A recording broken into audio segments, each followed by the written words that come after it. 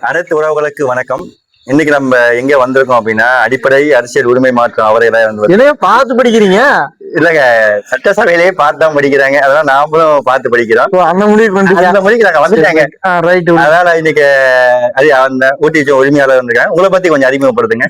வணக்கம், நான் உங்கள் தினேஷ். நான் வந்துட்டு அடிப்படை அரசியல் உரிமை அப்படிங்கிற ஒரு வலைவலி வச்சிருக்கேன். லைட்டா அப்படியே சப்ஸ்கிரைப் பண்ணிருங்க. இல்ல ரொம்ப வாங்க. சரி, ஓகே. நான் சொன்ன மாதிரி சப்ஸ்கிரைப் பண்ணிருங்க தொடர்ந்து.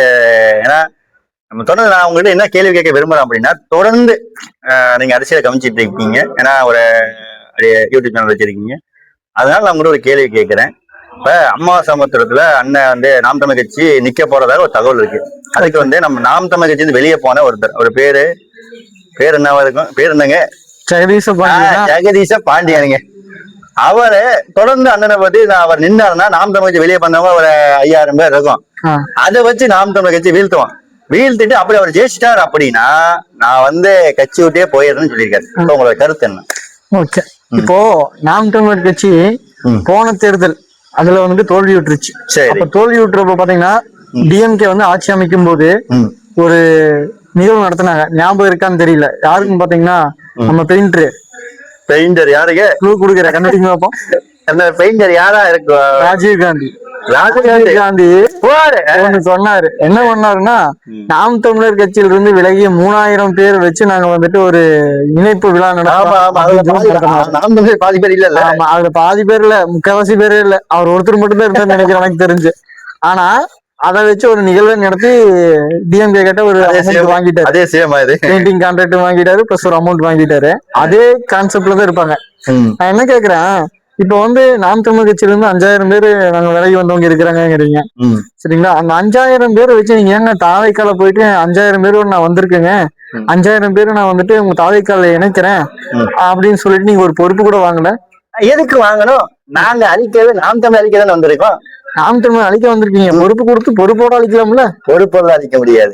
ஏன்னா எங்களோட நோக்கம் என்ன தெரியுமா? பெட்ரோல் திருட நிறுத்திச்சாச்சு. நாங்க ஒரு காலத்துல பெட்ரோல் திருடிட்டு இருந்தோம். இப்ப பெட்ரோல் திருட நிறுத்தியாச்சு. அதனால என்ன பண்றோம் அப்படின்னு. சரி, நீங்க நாம் தமிழர் விலகிற காரணம் என்ன? ஜெகதீச பாண்டியன் அவர்களே என்ன சொல்லுவாங்கன்னா, ஏன் நாங்க விலகிறோம் அப்படின்னா, நீங்க ஜெயிக்க மாட்டீங்கன்னு தெரியுது, அதனால நாங்க விலகிறோம். ஜெயிக்க மாட்டீங்கன்னு தெரியுதா, இல்ல சீமான் சரியில்லைங்கிறனால விலகிறீங்களா? ரெண்டுக்கு வித்தியாசம் இருக்கு. இல்ல, நாங்க நிறைய தப்பு பண்ணியிருக்காரு. சொன்ன மாதிரி இன்னொரு விஷயம், அதுலயே ஒரு விஷயம் வருது அப்படின்னா என்னன்னா, காரு அவரு நாம் தமிழர் சீமான் சொன்னது பாத்தீங்கன்னா, காரு அவர் மாவன பேசுறதே கிடையாதான். ஆனா எப்படி கார் 70 லட்சம் கார் வாங்கி கொடுத்துருப்பாரு. சரி, ஓகே. அவர் கார் வாங்கி கொடுத்தது இன்னைக்கு நேற்று தானா, இல்ல இதுக்கு முன்னாடி இதே மாதிரி விமர்சனம் இடம் வாங்கினது அதுல எல்லாமே நீங்க ஒரு விமர்சனம் வச்சீங்க இல்லையா, அதுலயும் சேர்த்து தானா? எல்லாம் சேர்த்து. அப்ப இருக்குல்ல, அப்போ நீங்க ஏன் அப்பவே விலகல?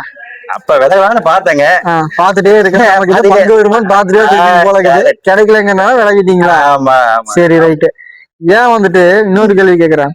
ஜெகதீச பாண்டியன் ரொம்ப வருஷமா கூட இருக்காரு. அன்னையில இருந்தே சீமாவோட சின்ன சின்ன மாற்றங்கள் உங்களுக்கு தெரியலையா? சீமான் ஜெயிக்கிறதுக்காக கட்சி தொடங்கல அப்படின்னு நீங்க சொல்றீங்க. ஜெயிக்கிறதுக்காக தொடங்கலங்கிறது இன்னைக்குதான் தெரிஞ்சதா? அன்னைக்கே கட்சி தொடங்கும் போதே உங்களுக்கு தெரியல? அன்னைக்கே நீங்க நேர்மையாளர் அன்னைக்கே வெளியே வந்துருக்கணும்ல? அண்ணனே சொல்லியிருக்காருல்ல, ஒரு விஷயத்த பண்ணும் போது ஒரு ஐடியா கிடைக்குது. அப்ப இந்த கட்சி நாம் தமிழர் ஜெயிக்காதுங்கிற எங்களுக்கு என்ன தோணும் போது நாங்க வெளியே போறோம். அப்ப இத்தனை நாளா உங்களுக்கு தோணல? கண்டிப்பா தோணல. ஜெயிச்சும் போது தோணி இருக்கு. கண்டிப்பா. ஆமா, இப்பதான் தோணி இருக்கு. அது யாரு தப்பு? இப்போ அது யார் தப்புன்னா நீங்க தான் சொல்லணும். யார் தப்பா இருக்கு? நாம் தமிழர் கட்சி தப்பு தானே? அதுவும் நாம் தமிழர் கட்சி தப்பா? சரி, ரைட், விடுங்க. அடுத்த கேள்வி. இதுக்கு மேல அவங்க நேர்மையில தெரிஞ்சு போச்சு. அடுத்த கேள்வி என்னன்னா, நம்ம விடுதலை சிறுத்தை கட்சி பாத்தீங்கன்னா ஒரு பேர் என்ன, வன்னியரசு. இதுல கடன் வாங்குறது சரி, திருநெல்வேலி வாங்க தப்புன்னு சொன்னாரு. அதுக்கு உங்களோட விளக்கம்? சரி, இதுல வன்னியரசு அவர்களை பார்த்து அமைச்சரா இருக்காரு. வன்னியரசு அவர்களை பார்த்து ஒரு கேள்வி கேக்குறேன். திருநெல்வேலி வாங்குறதே தப்பா, இல்ல திருநெல்வேலி சீமான் வாங்குறதுதான் தப்பா? நான் என்ன கேக்குறேன்னா தெளிவு புரிஞ்சுக்கணும். திருநெல்வேலி யாரு வேணா வாங்கலாம், சரிங்களா? யாரு வேணா வாங்கலாம், தப்பு இல்ல. சீமான் வாங்கினா மட்டும் தப்பா? இது ரெண்டுக்கும் மட்டும் பதில் சொல்லுங்க. இல்ல, திருநெல்வேலி வாங்குறதே தப்பு. ஓகே, அப்படின்னு நீங்க சொல்லிருக்கீங்க. அதாவது வன்னியரசு சொல்லிருக்கீங்க. ரைட், உங்க பேச்சுக்கே நான் வர்றேன். நான் காட்டவா? விடுதலை சிறுத்தைகள் கட்சி நாங்க திருநெல்வேலி வாங்க ரசீதோட கொடுத்துருக்கீங்க எவ்வளவு வாங்குனீங்கன்னு. அதை நாங்க அன்பளிப்புங்க. இது என்னங்க இது? உங்களுக்கு வந்தா ரத்தம், எங்களுக்கு வந்தா ஆமா. தக்காளி சட்னியா? ஏங்க, நீங்க வாங்க திறநிதிங்க, சரி நாங்க வாங்க அன்பளிப்புங்க. சரி அத முதல்ல நீங்க தெளிவா புரிஞ்சுக்கங்க. சரி.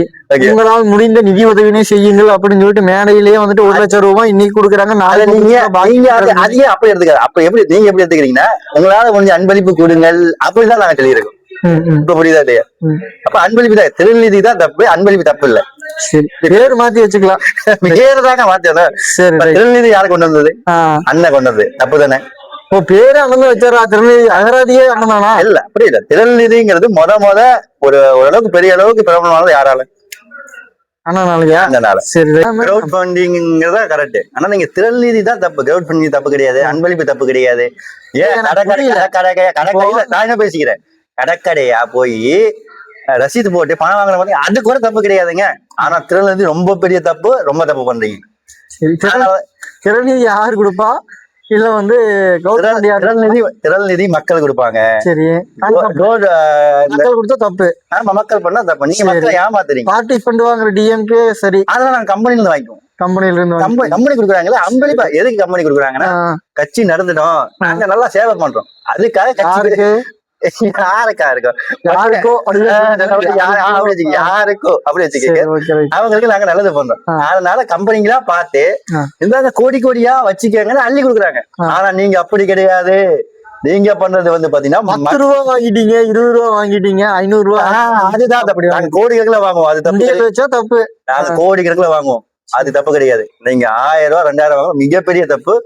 அது சாதாரண மக்கள்கிட்ட வாங்கிட்டீங்க. இது எவ்வளவு பெரிய தப்பு தெரியுமா? எவ்வளவு பெரிய தப்பு. சரி ஓகேங்க, தப்புதாங்க. தப்புதான் ஜாமி, தப்புதான். ஒத்துட்டு போவாங்க. இதுதானே சொல்றோம். சரி ஓகே. 10 ரூபா 20 ரூபா வாங்க, நாங்க கோடி. எனக்கு புரியல. கோடி கணக்குல நீங்க வாங்குற வந்துட்டு ஆக்ஷன் பாண்ட்ல வந்து வாங்குறது தப்பு இல்ல, தப்பு கிடையாது. ஈகே வாங்குறது தப்பு இல்ல, தப்பு கிடையாது. பார்ட்டி ஃபண்டுங்கிற பேர்ல கிடையாது வாங்குறது தப்பு இல்ல, தப்பு கிடையாது. சரி ரைட். சரிங்க, நாங்க சொல்லி மாத்திக்கிறேங்க. இதுக்கு நீங்க அதே மாதிரி பேரு மாத்துங்க. பேர் இல்ல, நாங்க ப்ராசஸே மாத்திக்கிறோம். நாங்களே கம்பெனி புடிச்சு கம்பெனி கிட்ட வாங்கிக்கிறோம். அப்ப என்ன சொல்றீங்க? சரி, அப்ப உங்க கம்பெனிக்கு நீங்க மாத்திட்டீங்கன்னா, அப்ப நீங்க ஜெயிச்சதுக்கு அப்புறம் அந்த கம்பெனிக்கு தான் ஃபேவரா இருப்பீங்க. நாங்க இதுக்குங்க வாங்குறோம், இதுக்குங்க ஃபேவரா இருக்கணும். அப்ப நீங்க இப்பதானே சொன்னீங்க, நாங்க வந்து நாங்க கம்பெனி கிட்ட வாங்கி, கம்பெனி என்ன சொல்லுதுன்னா, நான் உங்களுக்கு பணம் தரேன், நீங்க மக்களுக்கு நல்லது பண்ணீங்கன்னா எங்களுக்கு பணம் கொடுக்குது. ஆனா உங்களுக்கு கம்பெனிக்கு கொடுக்கறது இல்ல, மக்கள் தராங்க. மக்கள் ஏன் உங்களுக்கு தரணும்? மக்கள் சேவைக்கு மக்கள் தாங்க பண்ணணும். மக்கள் சேவைக்கு ஏங்க மக்கள் தரணும்? நாங்க மக்களுக்கு பணம் தரோமா இல்லையா? மக்களுக்கு நாங்க தானே பணம் தரோம். ஓட்டுக்கு யார் பணம் தரா? நாங்க தான் கொடுக்குறோம், நீங்க கொடுக்கறது இல்ல. ஆனா நாங்க கொடுக்குற பணத்தை நீங்க ஏன் வாங்குறீங்க? ஓ, மக்கள் கிட்ட நாங்க வாங்கிக்கிறோம். நீங்க கொடுக்குறீங்க. இப்ப சாராய கடையில வாங்குறது நீங்க இல்லையா? அது அது வந்து டாஸ்மாக் நிறுவனம் வாங்குது, அதுக்கு உங்களுக்கு சம்பந்தம் இல்ல. அதுல பணம் அங்க போயிருங்க. எங்க இதுக்கு என்ன துறை? இந்த துறையா மறுத்து போச்சு. என்ன துறை அது? அது என்ன, நீங்க வாங்கல, மதுவிலக்கு துறை. மதுவிலக்கு துறை கஜானாவில் சேர்த்துரும். சரி சரி. தமிழ்நாடு அரசு கவர்மெண்ட் கஜானா வேற, உங்களோட கஜானா வேற. எங்க கஜானா வேற, அது வந்து வேற கஜானா இருக்கு.